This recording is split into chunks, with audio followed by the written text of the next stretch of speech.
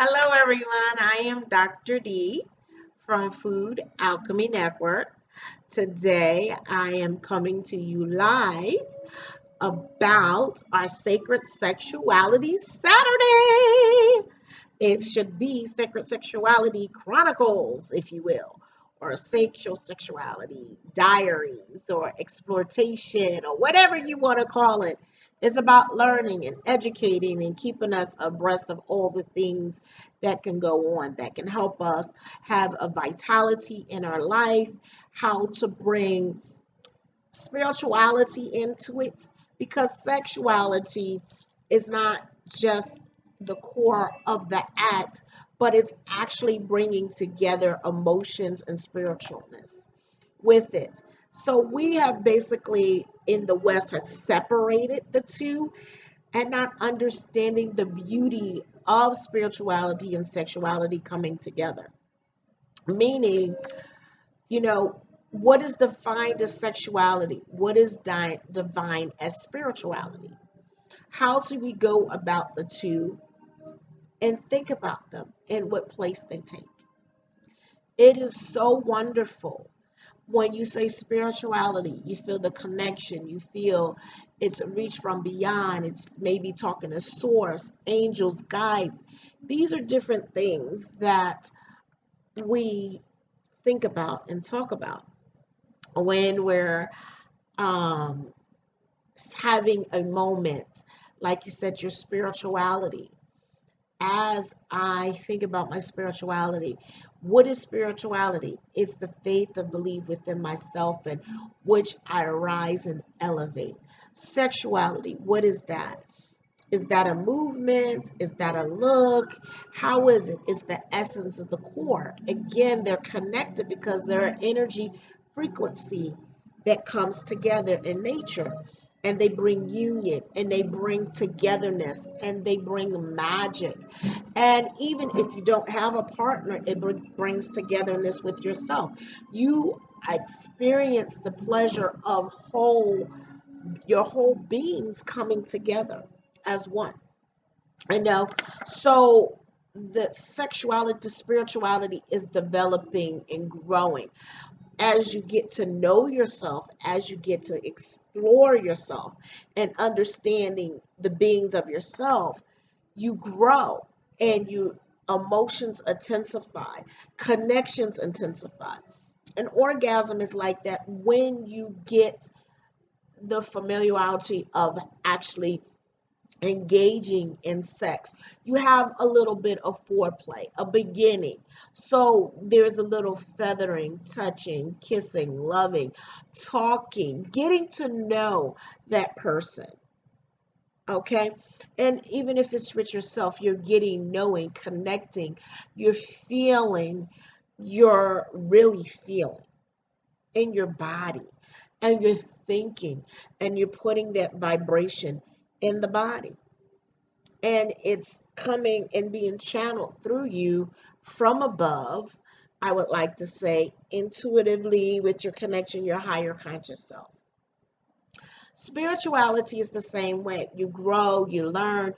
As a child, you learn, you feel, you get to see what you're comfortable with and which way it goes. And spirit talks to you. It feels, it's a vibration out here, even now as you feel it. It's an energy force. And there's things that you hear, you see that actually brings you maybe enlightenment, empowerment, self fulfillment, self development. These are things, again, that we see in sexuality. Sexuality, the more you get to know yourself, the deeper pleasure and the journey of knowing one, connecting oneself, not just having an orgasm and it, but the joy in the, I want to say the intense emotion that you have. It's, it's shattering, earth shattering. It you feel it to the root of your feet, that energy zinging up and down. You feel it in your heart chakra, your heart soul. You feel it in your third eye because it sometimes open up and bring things as you come together and for you to see. It also helps you manifest things into your life when you're working in that energy, that sensuality, that sexuality, that spirit. It's a spiritualness. It's a form of spirituality. It's just expressed in another way. And the intensity of it is fruitful. Just like spirituality, when you're fruitful, it brings so many different things for you. You know what I'm saying? Hold on for 1 second. Okay, now getting back to what we're saying. When you're in a spiritual, you set the tone, you set the mood, you express yourself. So you might um, clean a certain area off. You set up maybe an altar, or you go to say your prayers. Everything is done in ceremony, some ceremony like content. When you go to church, you get the lectures, you hear this, you're singing, you're coming together, there's a choir, there's reading. So the same thing, spirituality, you're doing mantras, you're doing your prayers, you're saying affirmations, you're saying your thoughts, you're putting these things. Now that's how do you be prayerful when you're in your sexuality. You prepare by maybe taking a bath, oiling your body, putting special oil on, giving yourself different techniques of doing a little bit foreplay is winding the body up, little kisses. These are things that you do to express that is that energy coming out before the big bang that you get. It helps you like wind up for the big finish so you can get the results you want. Sometimes it's to procreate, sometimes it's to bring master manifestation. Also, sometimes it is just to enjoy the connection with that significant others, or the connection with oneself, that you wind yourself up, you do the certain things of just in the movement of healing that you don't think about. So, this really plays in the different religions and Taoism and sexuality, Shintoism and sexuality, their spirituality and their connection, Tantra and their connection. Yoga and sexuality are connected because the looser your body is, the broader your mind expands, the more you're able to enjoy the pleasures and the joys of the sexuality connection. It just, it empowers you, it opens you up, it enlightens you, it lets you know it's more than just bang bang out the way. It brings in the essence of energy of love, union, connecting, self-development, self-love, self-care, self-understanding. These are things that it does, and spirituality gives you thing of faith, connection, outside higher source connecting. Spirituality and sexuality help you connect to your higher conscious self, your Christ conscious self, if you will, and also source, because you're actually in that plane, in that realm, experiencing that joy of coming together into yourself and pushing that energy out into the universe with love, with understanding, with care, because you're actually producing and giving that sexuality the beauty that it needs. And it brings back the abundance of love and care and cherish and understanding and comfort that your spirituality brings in. It's guiding you to a better you. It's helping you evolve each time you engage in a union, and it is spiritual and connecting and understanding. It is so heart filling, so soul filling, so mind filling. It calls on different attributes of these wonderful energies coming together. I want to just keep you understanding the different things that it starts in sexuality, like erotic massages and the Tantra touching and the different Kama Sutra. Like people don't know. Do you know there's different Kama Sutras that they do? I want to name some and just see if any of you ever tried some. And if you did, please comment below. I would love to hear if you did. Where did it go? I put it here because I wanted to talk about it. So, a friend of mine was saying, Tantra, Kama Sutra, Taoism, saying it's the most arousing sexual positionings according, well, is important to get the idea. I want to tell you about what they are and the meaning. I had wrote it down. I'm sorry. Don't want to steer from it. And I'm going to give you the definitions of how they're connecting. Okay.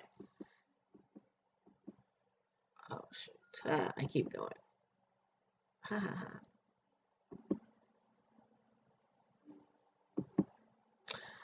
It's an Kama Sutra is an ancient Indian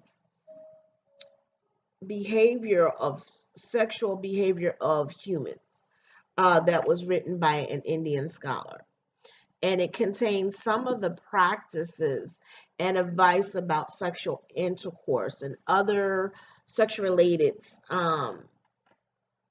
and how to keep it pleasurable. Kama means sexual pleasure. Sutra means line or thread that holds together. The discipline of Kama um, came from Nadi. You know who I love? Nadi.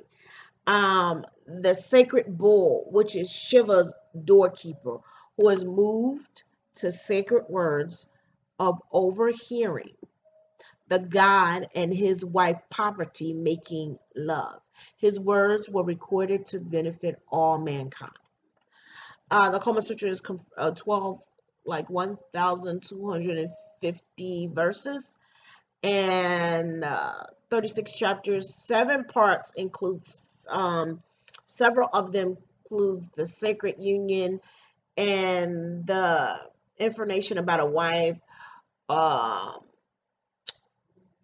the women in an ashram to attract everybody's oneself. So it was basically to acquire, Kama Sutra was first to acquire knowledge in sacred sexual union, uh, to stimulate your partner's desire.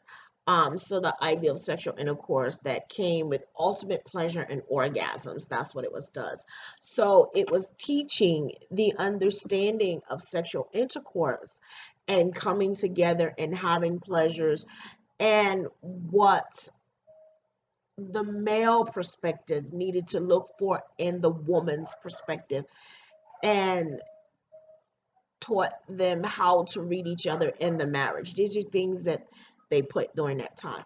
Now, Tantra and tantric sex is basically utilizing biochemistry transformation in the body in order to get a state awareness. That's what I was telling you about. Connecting, I was sharing earlier, like really getting into the body and that energy that you're in from one to another. And we'll be talking about some different positions, how you can actually get in that energy and work for you.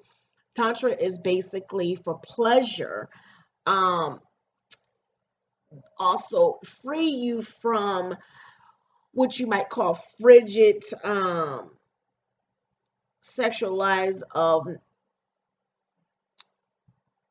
just being frigidness of not coming together, but actually uniting. And I don't mean just uniting body to body, but I mean spirit to spirit, soul to soul. You know, like your energy and my energy, your energy, my energy, we pull it together. It really helps. Taoism is and sexuality is a philosophy of reach, is an Eastern Asian philosophy. Its sexuality, Tao, means path or way, path away. So sexuality, um, in Taoism, they don't view as your body as dangerous source of temptation. It's a positive asset. You look at it in a positive way. It basically helps the vital components to love, and it helps build and for you to build and practice self-controlled in moderation. And it also helps one become familiar with abstinence from sex and the dangers of having excessive, what they consider excessive sexual acts. And they felt the vitality of a man is very important and is also limited. And the woman, in their aspect, the woman's sexual energy is considered boundless, like it's limitless, you know. Um, and that was a men are taught to control their ejaculation, and they want them, like I said, to preserve that vital energy, that life force. But they encourage women to have many orgasms without, just have many orgasms as they want, and then some. Um, and they said that some of the practitioners thought that men can nourish their own vital energy by bringing his woman to pure as orgasmic pleasure, allowing her to activate her sexual vitality energy so that it can tune into her mate, her man at the time. Okay. um Couples learned a lot from these three principles when it came to sex and achieving pleasures of these things. So when you're talking about Tantra, Kama Sutra, and Taoism, and the sexual component about it, it was really, like, really awesome. Um, let's talk about the energy that goes on in Tantra, because it's also, if you know, it's about your chakras.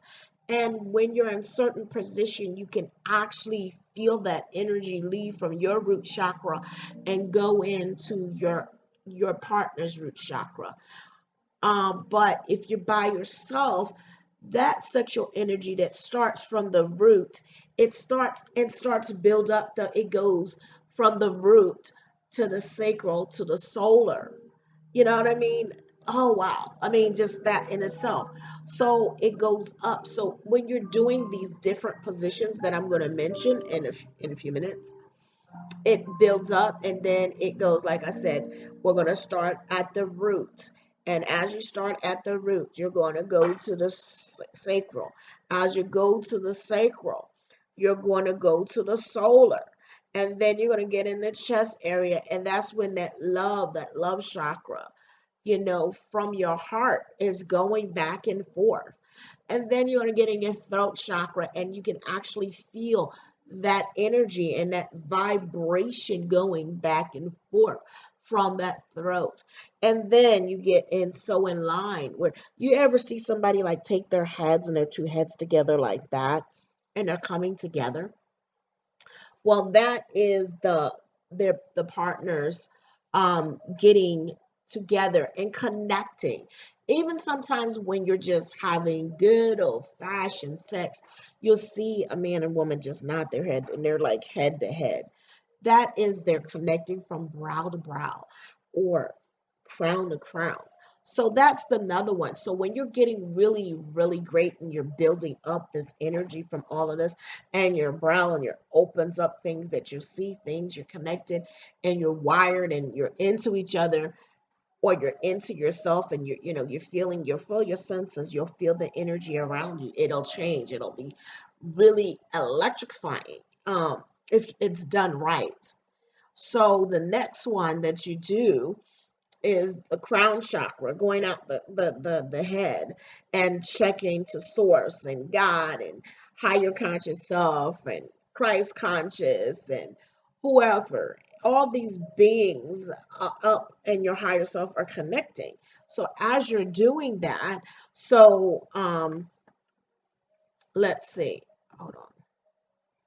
I'm going to talk a little bit more about the positions next. Hello, let's talk about the position where I left off. Sorry.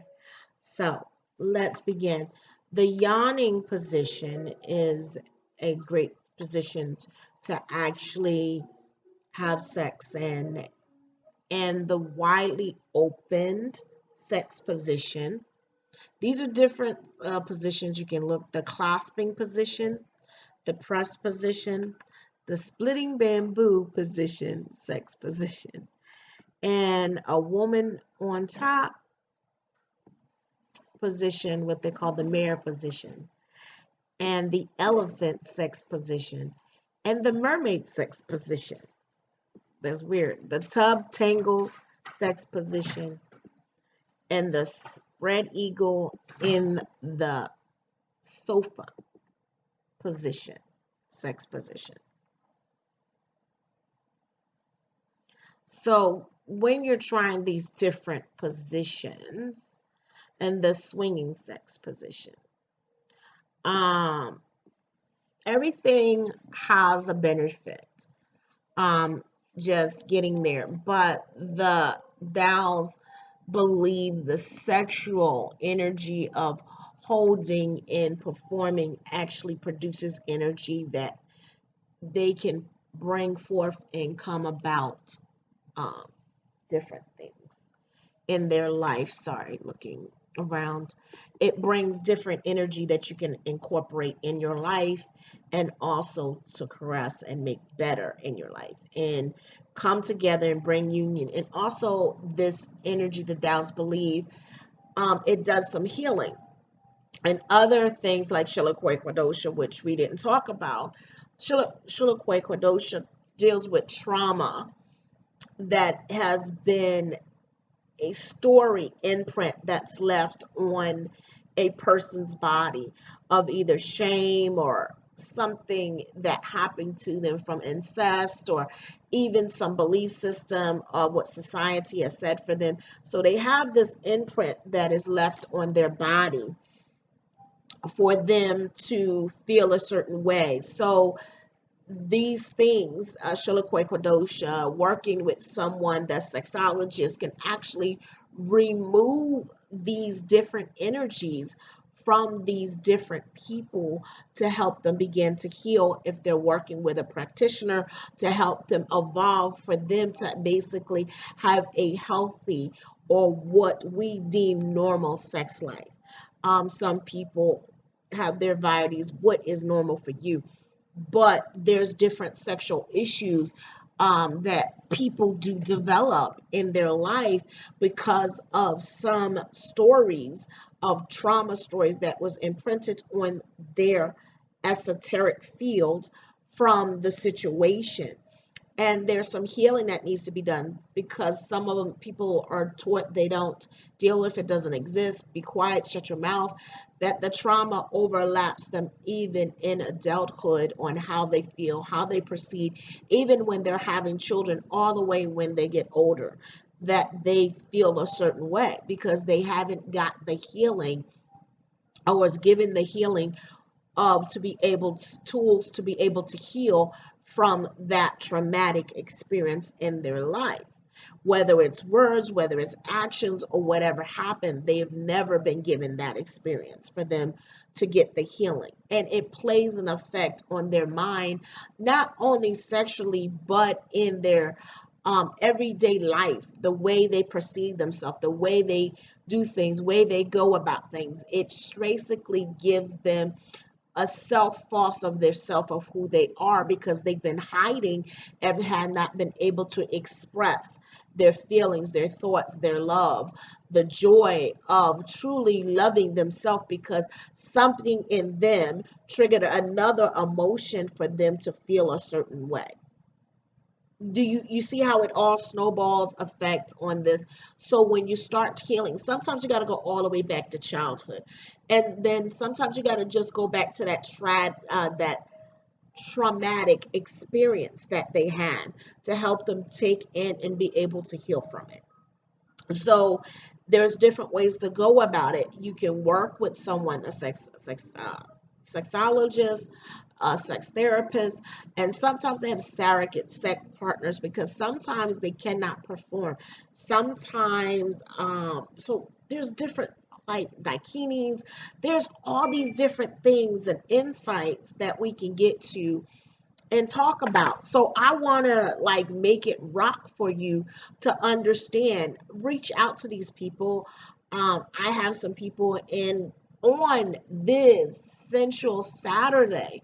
We will be getting it in live and talking about things that would help us elevate not only our mind but our bodies and ourself of actually being able to connect with our true self and connect with our partner and create the union that we would like to see and set better examples for our children and help them be able to heal of maybe something them and giving them permission to heal from any traumas or any things that they've been taught to make them feel a certain way about sexuality and understanding that as natural sex is as natural as breathing as spirituality. Do you define spirituality? We do in a way, but then again, we don't.